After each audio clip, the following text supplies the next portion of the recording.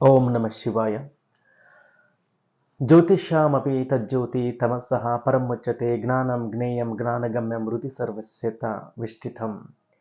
ಪರಂ ಜ್ಯೋತಿ ಸ್ವರೂಪನಾಗಿರುವಂಥ ಪರಮಾತ್ಮನನ್ನು ಹೃದಯ ಮಂದಿರದಲ್ಲಿ ಸ್ಮರಣೆ ಮಾಡ್ತಾ, ವಿಶ್ವಕ್ಕೆಲ್ಲ ಒಬ್ಬನೇ ಆಗಿರತಕ್ಕಂಥ ವಿಶ್ವೇಶ್ವರನನ್ನ, ಜಗತ್ತಿಗೆಲ್ಲ ಒಬ್ಬನೇ ಆಗಿರತಕ್ಕಂತಹ ಜಗದೀಶ್ವರನನ್ನ, ಪ್ರಪಂಚಕ್ಕೆಲ್ಲ ಒಬ್ಬನೇ ಆಗಿರತಕ್ಕಂತಹ ಪರಮೇಶ್ವರನನ್ನ ಹೃದಯ ಮಂದಿರದಲ್ಲಿ ಪ್ರತಿಷ್ಠಾಪನೆ ಮಾಡ್ತಾ, ಇವತ್ತಿನ ದಿನದಂದು ಒಂದು ವಿಶೇಷವಾಗಿರುವಂತಹ ಸಂಚಿಕೆಯೊಂದಿಗೆ ನಿಮ್ಮ ಮುಂದೆ ನಾನು ಪ್ರಕಟವಾಗಿದ್ದೇನೆ. ಮೊದಲನೇದಾಗಿ ಏನು ಅಂತ ಹೇಳಿದ್ರೆ, ಇವತ್ತಿನ ದಿನಾಂಕದೊಂದು ಪರಮಜ್ಯೋತಿ ಸ್ವರೂಪನಾಗಿರ್ತಕ್ಕಂಥ ಪರಮಾತ್ಮ ಅವ್ಯಕ್ತನಾಗಿರ್ತಕ್ಕಂತಹ, ಅಭೋಕ್ತನಾಗಿರ್ತಕ್ಕಂತಹ, ಅವಿಚ್ಛಿನ್ನನಾಗಿರ್ತಕ್ಕಂತಹ, ನಿರಾಕಾರ, ನಿರ್ವಿಕಾರ ಮತ್ತು ನಿರಹಂಕಾರ ಹಾಗೂ ನಿರಾಹಾರನಾಗಿರ್ತಕ್ಕಂತಹ ಪರಮಾತ್ಮ, ನಮ್ಮೆಲ್ಲರ ತಂದೆ, ವಿಶ್ವದಲ್ಲಿರ್ತಕ್ಕಂಥ ಪ್ರತಿ ಆತ್ಮರ ತಂದೆ ಆಗಿರತಕ್ಕಂಥ ಶಿವ ಪರಮಾತ್ಮ ಇವತ್ತು ವಿಶೇಷವಾಗಿ ನಮಗೊಂದು ಹೋಮ್ವರ್ಕ್ ಅನ್ನ ಕೊಟ್ಟಿದ್ದಾರೆ.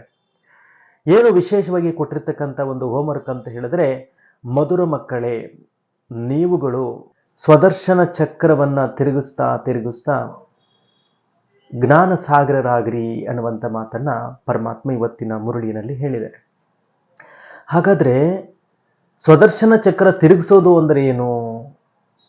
ಹಾಗೆ ತಿರುಗಿಸೋದ್ರಿಂದ ನಾವು ಜ್ಞಾನಸಾಗರರು ನಿಜಕ್ಕೂ ಆಗ್ತೀವ ಅನ್ನುವಂಥ ಒಂದು ಶೀರ್ಷಿಕೆಯನ್ನು ಹೊತ್ತಂತಹ ಒಂದು ವಿಡಿಯೋ ಇದು.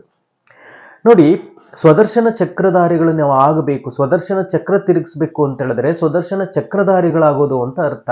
ಸ್ವದರ್ಶನ ಚಕ್ರಧಾರಿಗಳಾಗೋದು ಅಂತಂದ್ರೆ, ಸ್ವದರ್ಶನ ಅಂದ್ರೆ ಏನು? ಸ್ವದರ್ಶನ ಚಕ್ರ 3 ಪದಗಳಿಂದ ಕೂಡ್ಕೊಂಡಿದೆ.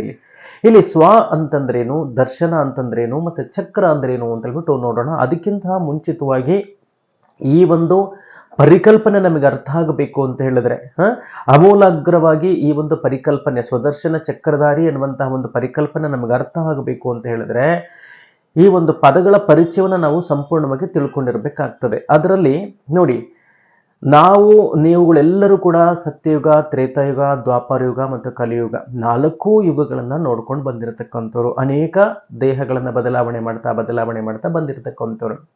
ಯಾರು ಸ್ವದರ್ಶನವನ್ನ ತಿರುಗಿಸ್ತಾ ಇರ್ತಾರೋ, ಬಾಬಾ ಅವರು ಹೇಳ್ತಾರೆ, ಪರಮಾತ್ಮ ಹೇಳ್ತಾರೆ, ಯಾರು ಸ್ವದರ್ಶನವನ್ನ ಸದಾ ತಿರುಗಿಸ್ತಾ ಇರ್ತಾರೋ ಆ ಚಕ್ರದಿಂದ ಏನಾಗುತ್ತೆ ಅಂತ ಹೇಳಿದ್ರೆ, ಸ್ವದರ್ಶನ ಚಕ್ರ ತಿರುಗಿಸೋದ್ರಿಂದ ಏನಾಗುತ್ತೆ ಅಂತಂದ್ರೆ ಅನೇಕ ತಲೆಗಳು ಕಟ್ಟಾಗಿ ಹೋಗ್ಬಿಡ್ತವೆ. ಯಾವ ತಲೆಗಳು ಅಂತ ಹೇಳಿದ್ರೆ, ನಾವು 64 ಜನ್ಮಗಳಿಂದ ಮಾಡ್ಕೊಂಡು ಬಂದಿರತಕ್ಕಂಥ ಪಾಪಗಳು, ಗೊತ್ತಿದ್ದು ಮಾಡಿದೀವೋ ಗೊತ್ತಿಲ್ಲದೆ ಮಾಡಿದೀವೋ 64 ಜನ್ಮಗಳು. ಅಂದ್ರೆ ಸತ್ಯ ಮತ್ತು ತ್ರೇತಾಯುಗದಲ್ಲಿ ಯಾವುದೇ ರೀತಿಯಾಗಿರ್ತಕ್ಕಂಥ ಪಾಪಗಳನ್ನ ನಾವು ಮಾಡೋದಿಲ್ಲ.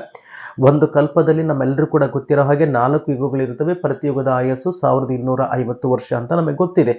ಈ 4 ಯುಗಗಳ ಒಟ್ಟಾರೆ ಆಯಸ್ಸು ಏನಪ್ಪಾ ಅಂದ್ರೆ 5000 ವರ್ಷ. ಈ ಒಂದು 5000 ವರ್ಷದ ಸೃಷ್ಟಿ ನಾಟಕ ರಂಗಮಂಚದ ಮೇಲೆ ನಾವೆಲ್ಲರೂ ಕೂಡ 5000 ವರ್ಷದ ಹಿಂದೆ ಪಾತ್ರಾಭಿನಯ ಮಾಡಲಿಕ್ಕೆ ಬಂದ್ವಿ. ಸತ್ಯಯುಗದಲ್ಲೂ ಕೂಡ ಇದ್ವಿ, ತ್ರೇತಾಯುಗದಲ್ಲೂ ಇದ್ವಿ. ಆದರೆ ಸತ್ಯ ಮತ್ತು ತ್ರೇತಾಯುಗದಲ್ಲಿ ಯಾವುದೇ ರೀತಿಯಾಗಿರ್ತಕ್ಕಂತಹ ವಿಕರ್ಮಗಳನ್ನು ನಾವು ಮಾಡಲಿಲ್ಲ, ಯಾವುದೇ ರೀತಿಯಾಗಿರ್ತಕ್ಕಂಥ ವಿಕರ್ಮಗಳನ್ನು ಮಾಡಲಿಲ್ಲ. ಹಾಗಾಗಿ ಪರಮಾತ್ಮ ಏನು ಹೇಳ್ತಾರೆ ಅಂದ್ರೆ, ಸತ್ಯ ಮತ್ತು ತ್ರೇತಾಯುಗದಲ್ಲಿ ಮಾಡಿರ್ತಕ್ಕಂಥ ನಮ್ಮೆಲ್ಲ ಕರ್ಮಗಳನ್ನ ಅಕರ್ಮಗಳು ಅಂತ ಹೇಳ್ತಾರೆ. ಅಕರ್ಮಗಳು ಅಂತ ಹೇಳಿದ್ರೆ ದೇವತೆಗಳು ಮಾಡುವಂತ ಕರ್ಮಗಳನ್ನ ಅಕರ್ಮಗಳು ಅಂತ ಹೇಳ್ತಾ ಇದೀವಿ. ಅಂದ್ರೆ ಅದಕ್ಕೆ ಪಾಪದ ಲೇಪನೂ ಕೂಡ ಇಲ್ಲ, ಪುಣ್ಯದ ಲೇಪನೂ ಕೂಡ ಇಲ್ಲ. ಅಂದ್ರೆ ಹಿಂದಿನ ಕಲ್ಪದ ಸಂಗಮ ಯುಗದಲ್ಲಿ ಏನು ಪುರುಷಾರ್ಥ ಮಾಡಿರ್ತೀವೋ ಆ ಪುರುಷಾರ್ಥದ ಪ್ರಾರಬ್ಧವನ್ನ, ಸುಖದ ಪ್ರಾರಬ್ಧವನ್ನ ನಾವೇನ್ ಮಾಡ್ತೀವಿ, ಸತ್ಯ ಮತ್ತು ತ್ರೇತಾಯುಗದಲ್ಲಿ ಅನುಭವ ಮಾಡ್ಕೊಂಡು ಬರ್ತಾ ಇದ್ವಿ. ಸತ್ಯ ಮತ್ತೆ ತ್ರೇತಾಯುಗದಲ್ಲಿ ಒಟ್ಟಾರೆ ಸತ್ಯಯುಗದಲ್ಲಿ 8 ಜನ್ಮ, ತ್ರೇತಾದಲ್ಲಿ 12 ಜನ್ಮ, 2 ಸೇರಿ 20 ಜನ್ಮ ಮತ್ತೆ ಈ ಸಂಗಮಯುಗದ 1 ಜನ್ಮದಲ್ಲಿ ಆ ಪ್ರಾರಬ್ಧವನ್ನು ಅನುಭವಿಸ್ತೀವಿ ಅಂತಕ್ಕಂಥ ಮಾತನ್ನ ಪರಮಾತ್ಮ ಹೇಳ್ತಾರೆ. ಸತ್ಯ ತ್ರೇತ ಆದ ನಂತರವಾಗಿ ಬರ್ತಕ್ಕಂತಹ ಒಂದು ಯುಗ ಏನಪ್ಪಾ ಅಂದ್ರೆ ಈ ದ್ವಾಪರ ಯುಗ. ದ್ವಾಪರ ಯುಗದಿಂದ ಹಿಡಿದು ಕಲಿಯುಗದ ತನಕ, ಕಲಿಯುಗದ ಅಂತ್ಯದ ತನಕ ನಾವು ಒಟ್ಟು 64 ಜನ್ಮಗಳನ್ನ ಪಡ್ಕೊಂಡು ಬರ್ತೀವಿ. 64 ಜನ್ಮಗಳನ್ನು ಪಡ್ಕೊಂಡು ಬರ್ತೀವಿ. ಆ 64 ಜನ್ಮಗಳಲ್ಲಿ ಮಾಡಿರ್ತಕ್ಕಂತಹ ಪಾಪದ ತಲೆಗಳಿದಾವಲ್ಲ, ಅವು ಉರುಳು ಹೋಗ್ಬಿಡ್ತವೆ. ನೀವು ಸ್ವದರ್ಶನ ಚಕ್ರಧಾರಿಗಳಾಗಿರಿ ಅಂತ ಹೇಳ್ತಾರೆ. ಯಾವುದೇ ಮಂತ್ರಗಳನ್ನು ಹೇಳೋದ್ರಿಂದ ನಮ್ಮ ಅನೇಕ ಜನ್ಮಗಳ ಪಾಪ ಕರ್ಮಗಳು ಭಸ್ಮ ಆಗ್ಲಿಕ್ಕೆ ಸಾಧ್ಯ ಇಲ್ಲ, ಮಂತ್ರದಿಂದ ಸಾಧ್ಯ ಇಲ್ಲ. ಆದರೆ ಪರಮಾತ್ಮ ಕೊಟ್ಟಂತಹ ಒಂದು ಈ ಶ್ರೀಮತ ಇದೆಯಲ್ಲ, ಆ ಶ್ರೀಮತದ ಪರಿಪಾಲನೆ, ಆ ಶ್ರೀಮತದಲ್ಲಿ ಪರಮಾತ್ಮ ಏನ್ ಹೇಳ್ತಾರೆ ಅಂದ್ರೆ, ಸ್ವದರ್ಶನ ಚಕ್ರಧಾರಿಗಳಾಗ್ರಿ ಮಕ್ಕಳೇ, ಸ್ವದರ್ಶನವನ್ನು ತಿರುಗಿಸ್ತಾ ಇರ್ರಿ ಅಂತ ಮಟ್ಟ ಹೇಳ್ತಾ ಇದ್ದಾರೆ. ನೋಡಿ, ಹಾಗಾದ್ರೆ ಈ ಸ್ವದರ್ಶನ ಅಂದ್ರೆ ಏನು? ಸ್ವ ಅಂತಂದ್ರೆ ಏನಪ್ಪಾ ಅಂದ್ರೆ ಸ್ವಯಂ, ದರ್ಶನ ಅಂತಂದ್ರೆ ನನ್ನದೇ ಆದಂತ ದರ್ಶನ, ಸ್ವದರ್ಶನ ಅಂದ್ರೆ ನನ್ನನ್ನು ನಾನು ನೋಡ್ಕೊಳ್ಳೋದು. ನನ್ನನ್ನು ನಾನು ನೋಡ್ಕೊತ ಏನು ಮಾಡಬೇಕು ಅಂತಂದರೆ ಅದನ್ನೇ ಚರ್ಚೆ ಮಾಡಬೇಕು, ಅದ್ರ ಬಗ್ಗೆ ಚಿಂತನೆಗಳನ್ನು ಮಾಡಬೇಕು, ಅದ್ರ ಬಗ್ಗೆನೇ ಮಂಥನಗಳನ್ನು ಮಾಡಬೇಕು. ಅದನ್ನೇ ಪರಮಾತ್ಮ ಏನು ಹೇಳಿದರೆ ವಿಚಾರ ಸಾಗರ ಮಂಥನ ಅನ್ನುವಂಥ ಮಾತನ್ನು ಕೂಡ ಹೇಳ್ತಾರೆ. ವಿಚಾರ ಸಾಗರ ಮಂಥನ ಅಂದರೆ ಸ್ವದರ್ಶನ ಚಕ್ರಧಾರಿಯಾಗಿ ವಿಚಾರ ಸಾಗರ ಮಂಥನ ಮಾಡಬೇಕು.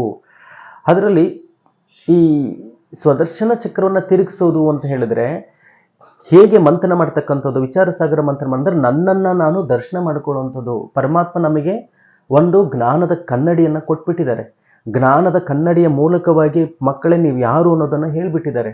ನಾವು ಯಾರು, ನಾವು ಯಾವ ಸಂತಾನರಾಗಿದ್ದೀವಿ, ನಾವು ಹೀಗಿದ್ದವರು ಈಗ ಹೇಗೆ ಆಗಿದ್ದೀವಿ, ಇದಕ್ಕೆ ಪ್ರಮುಖವಾಗಿರ್ತಕ್ಕಂಥ ಕಾರಣ ಯಾರು, ಅವೆಲ್ಲವನ್ನು ಕೂಡ ಬಹಳಷ್ಟು ಅಮೂಲಾಗ್ರವಾಗಿ ಪರಮಾತ್ಮ ನಮಗೆ ತಿಳಿಸ್ಕೊಟ್ಟಿದ್ದಾರೆ. ಆ ನಿಟ್ಟಿನಲ್ಲಿ ನೋಡೋದಾದರೆ ಸ್ವದರ್ಶನ ಚಕ್ರ ತಿರುಗಿಸೋದು ಅಂತಂದರೆ ಇಷ್ಟು ವಿಚಾರಗಳನ್ನು ನಾವು ಏನು ಮಾಡೋದು, ಸ್ಮರಣೆ ಮಾಡೋಂಥದ್ದು. ಯಾವ ವಿಚಾರ ಅಂದರೆ ಮೊದಲನೇದಾಗಿ ನಾನು ಈ ದೇಹ ಅಲ್ಲ, ನಾನು ಆತ್ಮನಾಗಿದ್ದೇನೆ.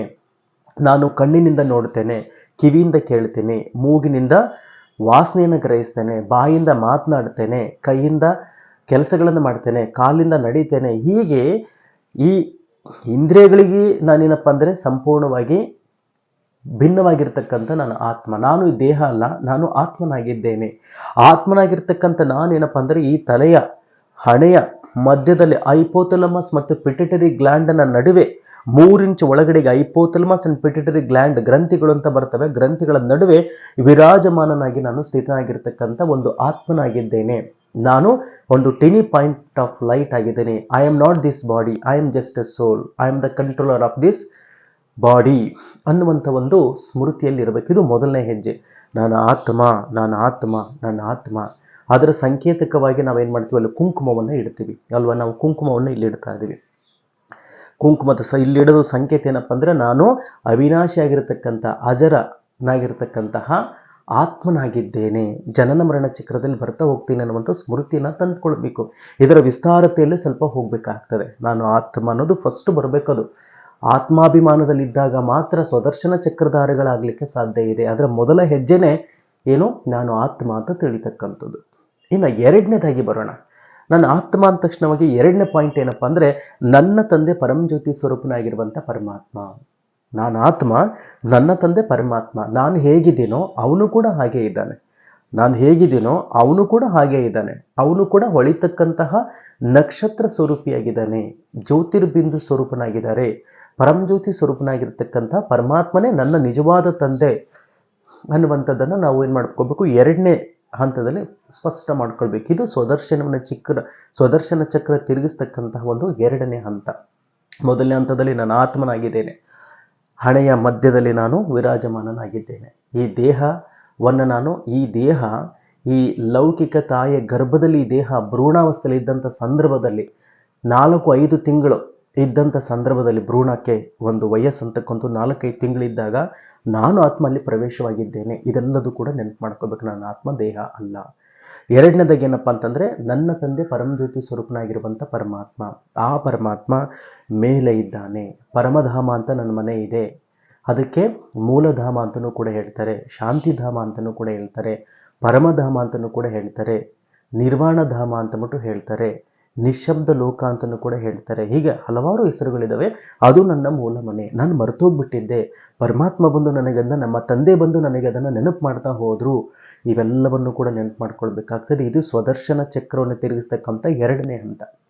ಇನ್ನು ಮೂರನೇ ಹಂತಕ್ಕೆ ಬರೋದಾದರೆ, ಆತ್ಮನಾಗಿರ್ತಕ್ಕಂಥ ನಾನು ಪರಮಜ್ಯೋತಿ ಸ್ವರೂಪನಾಗಿರ್ತಕ್ಕಂಥ ಪರಮಾತ್ಮನ ಸಂತಾನನಾಗಿದ್ದು ಈ ಸೃಷ್ಟಿ ನಾಟಕ ರಂಗಮಂಚದ ಮೇಲೆ ಪಾತ್ರಾಭಿನಯ ಮಾಡಲಿಕ್ಕೆ ಬಂದೆ. ಅದು ಪಾತ್ರ ಮಾಡ್ತಾ ಇದ್ದೀನಿ.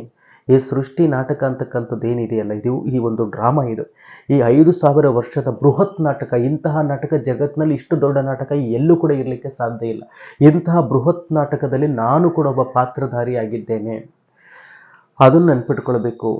ನನ್ನ ಆತ್ಮ, ನನ್ನ ತಂದೆ ಪರಮಾತ್ಮ, ಪರಮಜ್ಯೋತಿ ಸ್ವರೂಪನಾಗಿರ್ತಕ್ಕಂಥ ಪರಮಾತ್ಮ ನನ್ನ ತಂದೆಯಾಗಿದ್ದು ನಾನು ಈ ಸೃಷ್ಟಿ ನಾಟಕ ರಂಗಮಂಚದ ಮೇಲೆ ವೈವಿಧ್ಯಮಯ ಪೋಷಾಕವನ್ನು ಧರಿಸಿಬಿಟ್ಟೇನಪ್ಪ ಅಂದರೆ ಅನೇಕ ಜನ್ಮಗಳಲ್ಲಿ ಪಾತ್ರವನ್ನು ಮಾಡ್ತಾ ಮಾಡ್ತಾ ಮಾಡ್ತಾ ಬಂದಿದ್ದೇನೆ. ಅದು ಕೂಡ ನೆನಪಿಟ್ಕೊಳ್ಬೇಕು. ಇದು ಒಂದು ಸೃಷ್ಟಿ ಅನ್ನುವಂಥದ್ದು ಒಂದು ನಾಟಕ ಇದೆ. ನಾಟಕದಲ್ಲಿ ನಾನೊಬ್ಬ ಪಾತ್ರಧಾರಿ. ಇದು ಮೂರನೇ ಹಂತ. ನಾಲ್ಕನೇ ಹಂತ ಬಂದಾಗ ನಾನು ಏನೇನು ಪಾತ್ರಗಳನ್ನು ಮಾಡಿದೆ, ನಾನು ಪುರುಷ ಪಾತ್ರವನ್ನು ಕೂಡ ಮಾಡಿದ್ದೀನಿ, ಸ್ತ್ರೀ ಪಾತ್ರವನ್ನು ಕೂಡ ಮಾಡಿದ್ದೇನೆ. ಒಟ್ಟು 84 ಜನ್ಮಗಳೇನಪ್ಪ ಅಂದರೆ ಸೃಷ್ಟಿ ನಾಟಕ ರಂಗಮಂಚದ ಮೇಲೆ ನಾನು ಪಾತ್ರಗಳನ್ನು ಒಂದು ಕಲ್ಪದಲ್ಲಿ ನಾನು ಮಾಡ್ತೇನೆ. ಅದು ಕೂಡ ನೆನ್ಪಿಟ್ಕೊಳ್ಬೇಕಾಗ್ತದೆ. ಸತ್ಯಯುಗದಲ್ಲಿ ನಾನು ಬಂದು 8 ಜನ್ಮಗಳನ್ನು ಪಡ್ಕೊಳ್ತೇನೆ, ಅಲ್ಲಿ ದೇವತೆಯಾಗಿದ್ದೆ ನಾನು. ತ್ರೇತಾಯುಗದಲ್ಲಿ ಬಂದು ಅಲ್ಲಿ ಕೂಡ ನಾನು ಏನಾಗಿದ್ದೆ ಅಂತಂದರೆ ದೇವತೆಯಾಗಿದ್ದೆ, ಅಲ್ಲಿ 12 ಜನ್ಮಗಳನ್ನು ನಾನು ಪಡ್ಕೊಂಡೆ. ಅದಾದ ನಂತರವಾಗಿ ಏನು ಮಾಡ್ತಿದ್ದೇನೆ ಅಂತಂದರೆ ಈ ಒಂದು ದ್ವಾಪರಯುಗದಲ್ಲಿ ನಾನು ದೇವತೆ ಲಕ್ಷಣಗಳನ್ನು ಕಳ್ಕೊಂಡು ಒಂದೊಂದೇ ವಿಕಾರಗಳಿಗೆ ತುತ್ತಾಗ್ತಾ ಬಂದೆ. ರಾವಣ, ಅರ್ಧಕಲ್ಪದ ರಾಜನಾಗಿರ್ತಕ್ಕಂಥ ರಾವಣನ ಗುಣಗಳು ನನ್ನಲ್ಲಿ ಸೇರ್ಪಡೆ ಆಗ್ತಾ ಬಂದು, ಕಾಮ, ಕ್ರೋಧ, ಲೋಭ, ಮೋಹ, ಮದ, ಮತ್ಸರ ಇವೆಲ್ಲವೂ ಕೂಡ ಸೇರ್ತಾ ಬಂದು ನಾನು ಯಾರು ಎಂಬುದನ್ನು ಮರೆತು ಬಿಟ್ಟೆ, ನನ್ನ ಆತ್ಮ ಅನ್ನೋದನ್ನು ಮರೆತು ಬಿಟ್ಟೆ, ನನ್ನ ತಂದೆ ಪರಮಾತ್ಮ ಅನ್ನೋದನ್ನು ಕೂಡ ನಾನು ಮರೆತು ಬಿಟ್ಟೆ. ಸೊ ಹೀಗೆ ಹೋಗುವಂಥ ಸಂದರ್ಭದಲ್ಲಿ ಪರಮಜ್ಯೋತಿ ಸ್ವರೂಪನಾಗಿರ್ತಕ್ಕಂಥ ಪರಮಾತ್ಮ ಕೆಲವು ಆತ್ಮಗಳನ್ನು ಕಳಿಸ್ಕೊಡ್ತಾರೆ, ತನ್ನ ನೆನಪು ಮಾಡಿಸ್ತಾ ಇದ್ದಾರೆ. ಆದರೂ ಕೂಡ ನಾನು ಅದನ್ನು ಸರಿಯಾಗಿ ಯಥಾವತ್ತಾಗಿ ನಾನು ಅರ್ಥ ಮಾಡ್ಕೊಳ್ಳಿಲ್ಲ. ಆದರೆ ಮೂರ್ತಿಗಳನ್ನು ಪೂಜೆ ಮಾಡ್ತಾ ಹೋದೆ. ಆದರೆ ವಾಸ್ತವಿಕವಾಗಿ ಪರಮಜ್ಯೋತಿ ಸ್ವರೂಪನಾದಂಥ ಪರಮಾತ್ಮ ಯಾರು, ನನ್ನ ತಂದೆ ಯಾರು ಅಂತ ನಾನು ಅರ್ಥ ಮಾಡ್ಕೊಳ್ಳಿಕ್ಕೆ ಹೋಗಲಿಲ್ಲ. ಇದಾದ ನಂತರವಾಗಿ ಮತ್ತೆ ದ್ವಾಪರಕ್ಕೆ ಬಂದೆ, ಕಲಿಯುಗಕ್ಕೆ ಬಂದೆ. ದ್ವಾಪರದಲ್ಲಿ ಅನೇಕ ತಪ್ಪುಗಳನ್ನು ಮಾಡ್ತಾ ಬಂದೆ. ಆ ಎಲ್ಲ ತಪ್ಪುಗಳೊಂದಿಗೆ ಪ್ರಾಯಶ್ಚಿತ್ತವನ್ನು ಮುಂದಿನ ಜನ್ಮಗಳಲ್ಲಿ ಕೆಲವೊಂದು ಪಾಪಗಳಿಗೆ ಅದೇ ಜನ್ಮದಲ್ಲಿ ನಾನೇನು ಮಾಡಿದೆ, ಪ್ರಾಯಶ್ಚಿತ್ತಗಳನ್ನು ಅನುಭವವನ್ನು ಮಾಡ್ತಾ ಮಾಡ್ತಾ ಮಾಡ್ತಾ ಮಾಡ್ತಾ ಬಂದೆ. ಈಗ ಕಲಿಯುಗದ ಅಂತ್ಯದಲ್ಲಿ ಬಂದಂಥ ಸಂದರ್ಭದಲ್ಲಿ ಪರಮಜ್ಯೋತಿ ಸ್ವರೂಪನಾಗಿರತಕ್ಕಂಥ ಪರಮಾತ್ಮನೇ ಈ ಭೂಮಿಗೆ ಬಂದು ತನ್ನ ಸತ್ಯ ಪರಿಚಯವನ್ನು ನನಗೆ ಕೊಟ್ಟರು. ಆಗ ನನಗೆ ಗೊತ್ತಾಯಿತು, ಈಗ ನಾನು ಪರಮಜ್ಯೋತಿ ಸ್ವರೂಪನಾಗಿರ್ತಕ್ಕಂಥ ಪರಮಾತ್ಮನ ನನ್ನ ತಂದೆ, ನಾನು ಅವನ ಮಗನಾಗಿದ್ದೇನೆ ಅನ್ನುವಂಥದ್ದಾಗಿ ಈಗ ನನಗೆ ಸಂಪೂರ್ಣವಾಗಿ ಗೊತ್ತಾಗಿದೆ. ಇದು 5ನೇ ಸ್ಟೆಪ್ಪು. ಸೊ ಈ ಪರಮಾತ್ಮ ಅಂತಕ್ಕಂಥವನು ಪ್ರತಿನಿತ್ಯ ನನಗೆ ಮುರಳಿ ಮುಖಾಂತರ ನನ್ನೊಂದಿಗೆ ಮಾತಾಡ್ತಾನೆ. ಬೆಳಗ್ಗೆ ಯೋಗದ ಮುಖಾಂತರ ನಾನು ಪರಮಾತ್ಮನಿಗೆ ನಾನು ಮಾತಾಡ್ತಾ ಇದ್ದೀನಿ. ನಾನು ಎಂತಹ ಭಾಗ್ಯಶಾಲಿಯಾಗಿದ್ದೇನೆ, ನಾನು ಯಾರ ಸಂತಾನನಾಗಿದ್ದೇನೆ ಅಂದರೆ ಪರಮಜ್ಯೋತಿ ಸ್ವರೂಪನಾಗಿರ್ತಕ್ಕಂಥ ವಿಶ್ವಕ್ಕೆ ಪಿತನಾಗಿರ್ತಕ್ಕಂತಹ ಪರಮಾತ್ಮನ ಮಗು ನಾನಾಗಿದ್ದೇನೆ. ಭಕ್ತಿಯನ್ನು ಮಾಡ್ತಾ ಮಾಡ್ತಾ ಮಾಡ್ತಾ ಮಾಡ್ತಾ ಮಾಡ್ತಾ ಅನೇಕ ತಪ್ಪು ಗ್ರಹಿಕೆಗಳನ್ನು ನಾನು ಮಾಡ್ಕೊಂಡು ಹೋದೆ. ಪರಮಾತ್ಮನನ್ನು ನಾನು ಕಲ್ಲು ಮಣ್ಣು ಎಲ್ಲದರಲ್ಲೂ ಕೂಡ ನೋಡ್ತಾ ಹೋದೆ. ಸರ್ವಾಂತರ್ಯಾಮಿ ಅಂತೇಳ್ಬಿಟ್ಟು ನಾನು ಗಮನಿಸ್ತಾ ಹೋದೆ. ಆದರೆ ಪರಮಾತ್ಮ ಹೇಳಿದಾಗ ಗೊತ್ತಾಯಿತು, ಪರಮಾತ್ಮ ಸರ್ವಾಂತರ್ಯಾಮಿ ಆಗಲಿಕ್ಕೆ ಸಾಧ್ಯ ಇಲ್ಲ, ಅವನು ಪರಂಧಾಮ ನಿವಾಸಿಯಾಗಿದ್ದಾನೆ ಅನ್ನುವಂಥ ಮಾತು ನನಗೆಲ್ಲ ಗೊತ್ತಾಯಿತು. ಈಗ ನಾನು ಪರಮಾತ್ಮನ ನೆನಪು ಮಾಡ್ತಾ ಈ 64 ಜನ್ಮಗಳಿಂದ ಅಂದರೆ 63 ಜನ್ಮಗಳಿಂದ ದ್ವಾಪಾರ ಮತ್ತು ತ್ರೇತಾಯುಗದಲ್ಲಿ ಒಟ್ಟು 63, ಸಂಗಮಯುಗದ 1 ಜನ್ಮ. ಸಂಗಮಯುಗದಲ್ಲೂ ಕೂಡ ಯಾವುದೇ ತಪ್ಪುಗಳನ್ನು ನಾನು ಮಾಡಬಾರ್ದು ಅಂತಕ್ಕಂಥ ಪರಮಾತ್ಮ ಆದೇಶವನ್ನು ಕೊಟ್ಟಿದ್ದಾರೆ. ಆ ಪ್ರಕಾರವಾಗಿ ನಾನು ಯಾವುದೇ ತಪ್ಪುಗಳನ್ನು ಮಾಡಲಿಕ್ಕೆ ಹೋಗುವಂಥದ್ದಲ್ಲ. ಗೊತ್ತಿಲ್ಲದೆ ಯಾವುದೇ ತಪ್ಪುಗಳಾದರೂ ಕೂಡ ಪರಮಾತ್ಮನಿಗೆ ನಾನು ಅರ್ಪಣೆ ಮಾಡಿಬಿಡ್ತೇನೆ, ಮತ್ತು ಯಾವತ್ತೂ ಕೂಡ ಆ ತಪ್ಪುಗಳನ್ನು ಮಾಡಲಿಕ್ಕೆ ಹೋಗೋದಿಲ್ಲ. ಈ ರೀತಿಯಾಗಿರ್ತಕ್ಕಂಥ ಸಂಕಲ್ಪಗಳನ್ನು ಸದಾ ಮಾಡ್ತಾ ಇರಬೇಕಾಗ್ತದೆ. ಇದನ್ನೇ ಸ್ವದರ್ಶನ ಚಕ್ರಧಾರಿ ಆಗೋದು ಅಂತ ಅರ್ಥ. ಯಾವುದು ಸ್ಥೂಲವಾಗಿ ಸಿಗ್ತಕ್ಕಂಥ ಚಕ್ರವನ್ನು ಹಿಡ್ಕೊಂಡು ಅಡ್ಡಾಡ್ತಕ್ಕಂಥದ್ದಲ್ಲ. ಯಾರು ಸ್ವದರ್ಶನ ಚಕ್ರಧಾರಿ ಆಗ್ತಾರೋ, ಸ್ವದರ್ಶನವನ್ನು ಯಾರು ಇದನ್ನು ತಿರುಗಿಸ್ತಾ ಹೋಗ್ತಾರೋ ಅವರು ಚಕ್ರವರ್ತಿ ಸಾಮ್ರಾಟ ಆಗಿಬಿಡ್ತಾರೆ ಅಂತ ಪರಮಾತ್ಮ ಹೇಳಿದ್ದಾರೆ. ಸತ್ಯುಗದಲ್ಲಿ ಬಂದೇ ಬಿಡ್ತಾರೆ ಅವರು, ಪುರುಷಾರ್ಥದ ಅನುಸಾರವಾಗಿ ಬಂದ್ಬಿಡ್ತಾರೆ. ಇದು ಇವತ್ತಿನ ವಿಶೇಷವಾಗಿ ಪರಮಾತ್ಮ ನಮಗೆ ಹೇಳಿದರು, ಸ್ವದರ್ಶನ ಚಕ್ರಧಾರಿಗಳು ಆಗಬೇಕು ಅಂತೇಳಿ. ಅದರ ಮೂಲ ಮಂತ್ರ, ಅದರ ಮೂಲ ಅರ್ಥ ಏನು ಅನ್ನೋಂಥದ್ದನ್ನು ಈ ಒಂದು ವಿಡಿಯೋದಲ್ಲಿ ನೀವೆಲ್ಲರೂ ಕೂಡ ತಿಳ್ಕೊಂಡ್ವಿ. ಅದನ್ನು ಪರಿಪಾಲನೆ ಮಾಡೋಣ. ಓಂ ನಮಃ ಶಿವಾಯ.